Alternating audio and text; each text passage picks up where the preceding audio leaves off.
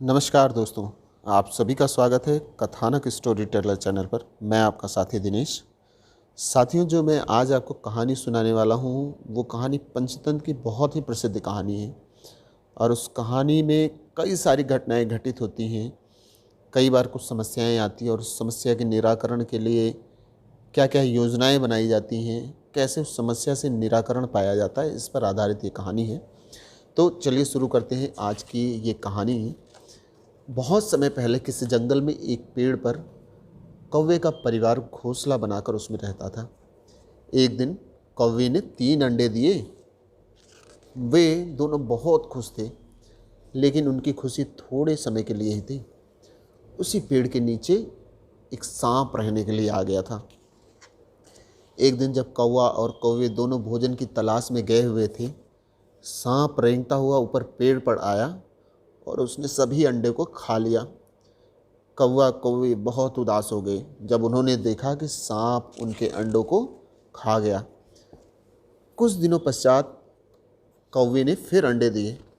सांप पुनः उन अंडों को भी खा गया। इससे परेशान होकर कौवे ने लोमड़ी से बात की और उसे सारी घटना बताई। लोमड़ी ने उसे एक उपाय बताया और कौवा खुशी खुशी अपने घर वापस आ गया। अगले दिन सुबह वो नदी के किनारे गए जहाँ पर राजकुमारी नहा रही थी।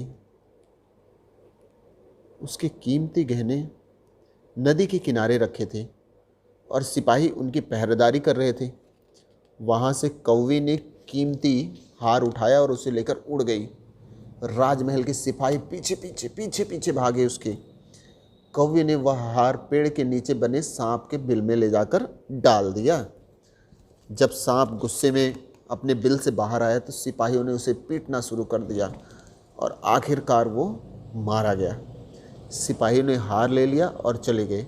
फिर दोनों लोमड़ी के पास गए, कौवा और कौवे, और लोमड़ी का धन्यवाद किया। कुछ समय बाद कौवे ने फिर कुछ अंडे दिए। अब कौवा और उसका परिवार खुशी खुशी से रहने लगे थे और उन्हें कोई भी इस तरीके की भय और समस्या अब नहीं रह गई थी। तो साथियों, ये कहानी आपको सुनकर कैसी लगी कमेंट बॉक्स में ज़रूर बताइएगा। मिलते हैं अगली बार एक नई कहानी के साथ आपके अपने इसी चैनल पर। तब तक के लिए अपने मित्र दिनेश को अनुमति दीजिए। धन्यवाद दोस्तों।